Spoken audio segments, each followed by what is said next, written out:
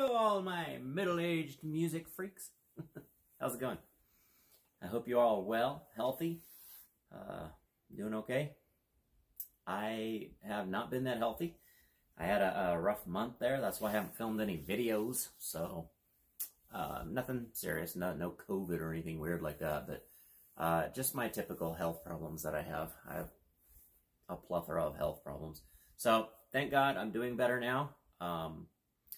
And I was like thinking I need to make a video because it's been a while. So here I am. And the inspiration for this video came from being at the record store yesterday. I was flipping through thank God they're open again, huh? I was flipping through records and I came across a few that I bought for $1.99 each. Excuse me. And then a couple of them were obscure. And I love obscure albums, okay? I love a good rock album I've never heard of. You know, you find something, you're like, I've never heard of these guys. Interesting. So you look them up on YouTube or whatever, and you listen to them, you're like, they're pretty good. Why haven't I heard of them? So I decided to snag those, and then in buying those, I came up with the inspiration for doing this video, which is obscure albums. And I decided to start with the letter R first. I had bought one album that was called Rock Rose. It's a weird name for a band, Rock Rose. I thought, well, it's a good one to show. And I have quite a few in my letter R, so I'll go ahead and pull the ones from R. And then I'll do some others later, you know, from different letters in the alphabet.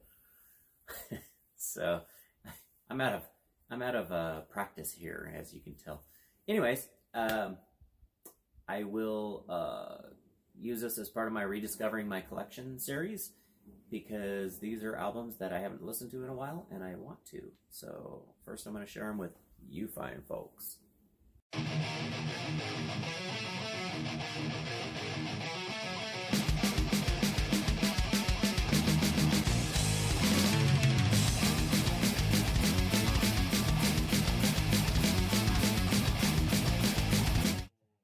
Alright, kiddo, so let's jump right into this. First one in the letter R of my obscure albums, Racing Cars. Pretty cool name there. This is their debut. This is a Welsh band. I'll show you a picture here. Pretty cool dudes. There you go. They toured with Bad Company. And this guy, Morty, lead singer, went on to do backup vocals for a lot of bands, including Bryan Adams, the Beach Boys, Tina Turner, and he recently passed. 2015, he died, so that's a bummer. But Racing Cars, let me play a snippet.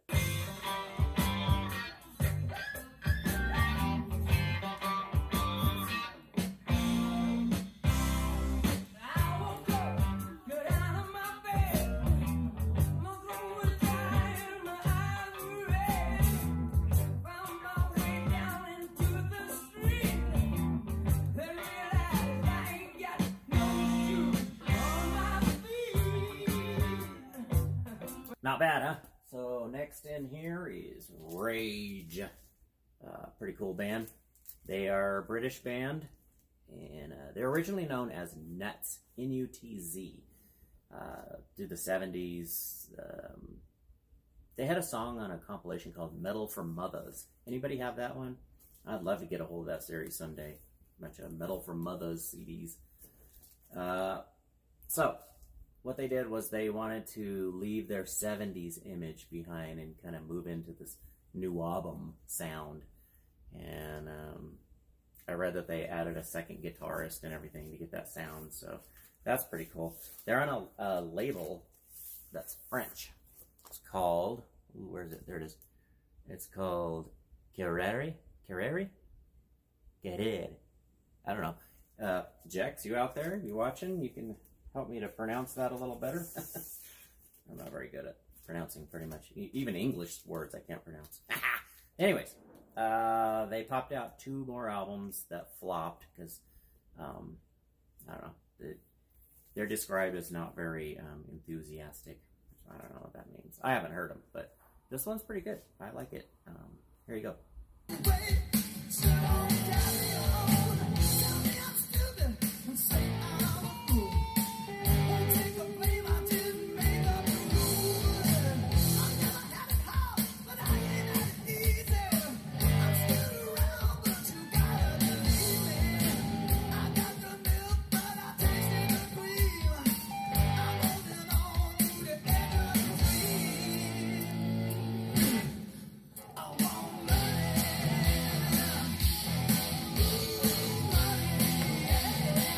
Pretty good. Rare Bird. This one, I like when they have the old stickers. Check that out. $2.99 from, it doesn't have a name or anything. That was discounted from someone else. Anyways, Rare Bird. Weird one, but this is a prog rock, I guess you'd say. They're not my favorite kind of deal, but they're pretty good. This is the guys there. David Caffinetti played Viv Savage in This Is Spinal Tap. He actually played the keyboards in real life. He played it in the movie as Viv Savage, and then he played on the album, This Is Spinal Tap. And I think he toured with them too, which is pretty cool. Dave Caffinetti. I think he's billed as Dave Caff or something like that in the movie. Yeah, here's a little bit of that.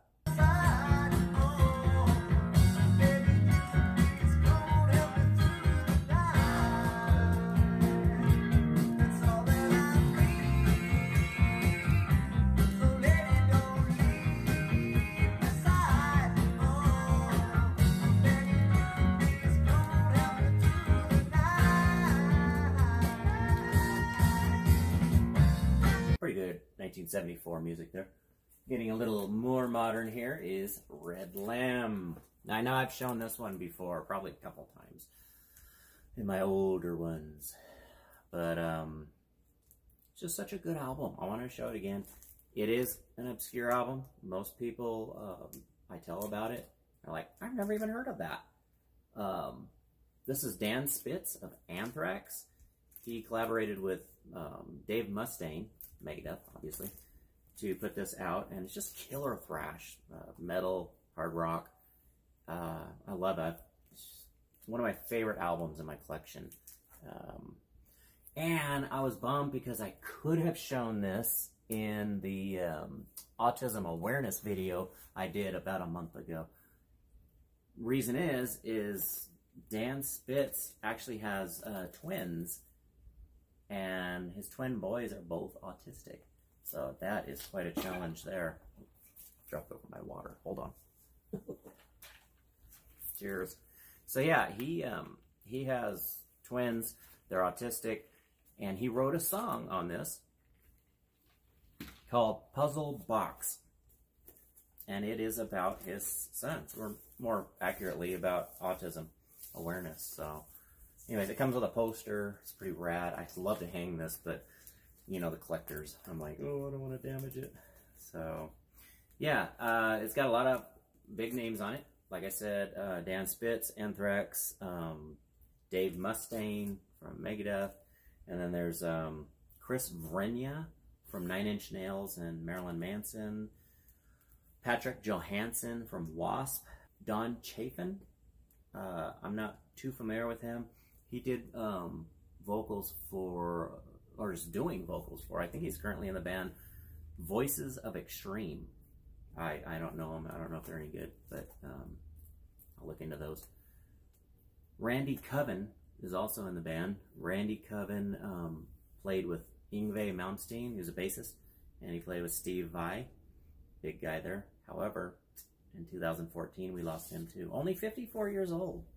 He passed. So that really sucks. I hate death. Listen to this. She loves me. She loves me not.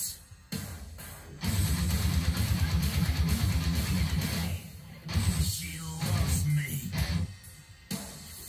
She loves me not. My pulse was weak.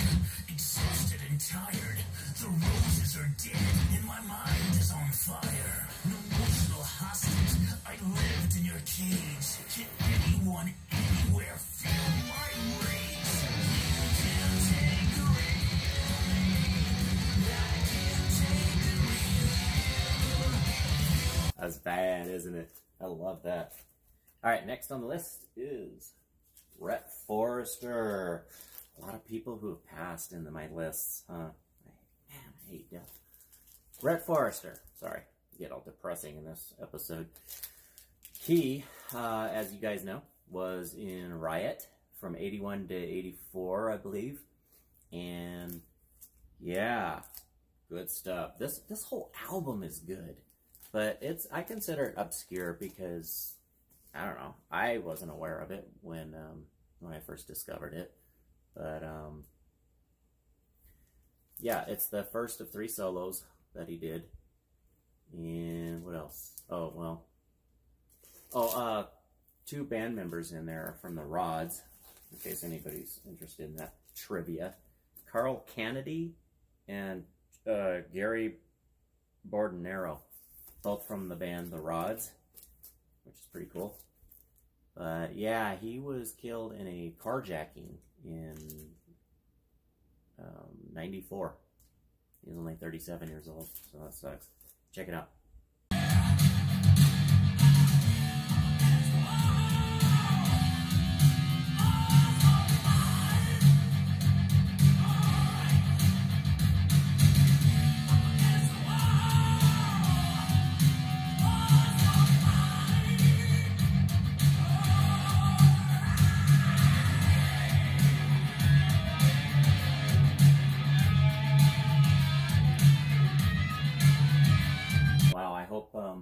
There's no more death in here. Jeez. All right, Rock Rose. This is not really a rediscovering my collection because I just got this yesterday. So it's pretty cool though. $2. Not bad. And it's like brand new shape too. Still has the original inserts and everything. So these guys are a Netherlands band, and they're like AOR-ish kind of rock. But it's their only album. 1979. I don't know a whole lot about them, so let's listen to them. New days, new town, won't you get way around? I try to settle down, you get me on the road. No bed, no bed, no bubble, sing out with an ever slow. Sound shining by the moon, no one living knows. Rock rose, got nose, in a rolling stone, kicked off the mountains of mountain down the road. Oh yeah. Pretty good stuff there. Now, getting close to the end here, I had to throw in Rogue Mail. Check that out. Usually voted as the worst album covers of all time, which that's kind of a bummer because I think that's cool. I think it's funny. Check it out. Does that work? So, Rogue Mail is Jim Little. He was from the band Pretty Boy Floyd. Anyone who's heard of them? And that's actually pretty good artwork. It looks hokey and silly, but that's really good artwork. Good shading, good, you know. I think his hair makes it bad. He needs to change his hair a little bit. He's got this old mullet going, but okay, back to this. It's a good album, good metal.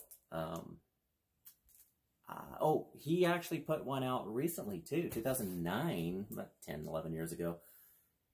Jim Little put out a new Rogue Mail album. I don't know how many of you know that, but it's kind of keeping with this first album, which was some good metal. So, but it also kept with the bad cover art. I'll show you. Right? So, anyways, check it out.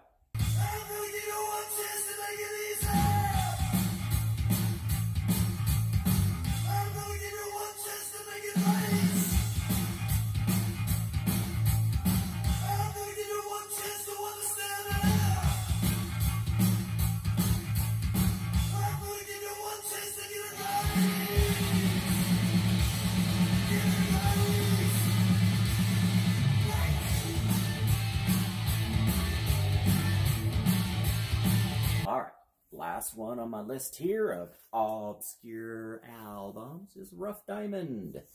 One of the many Rough albums, or also Diamond. A lot of other bands have Diamond in their name, but this one has both. Rough Diamond. This is a obscure album. It's their only one, 1977. short-lived British band. Guys from Uriah Heep, I believe. Let's see. Yeah. We have David Byron from Uriah Heep, Clem Clemson from Humble Pie, and Jeff Britton from Wings. So, yeah, pretty good band. I'll give you a little spin taste of them here.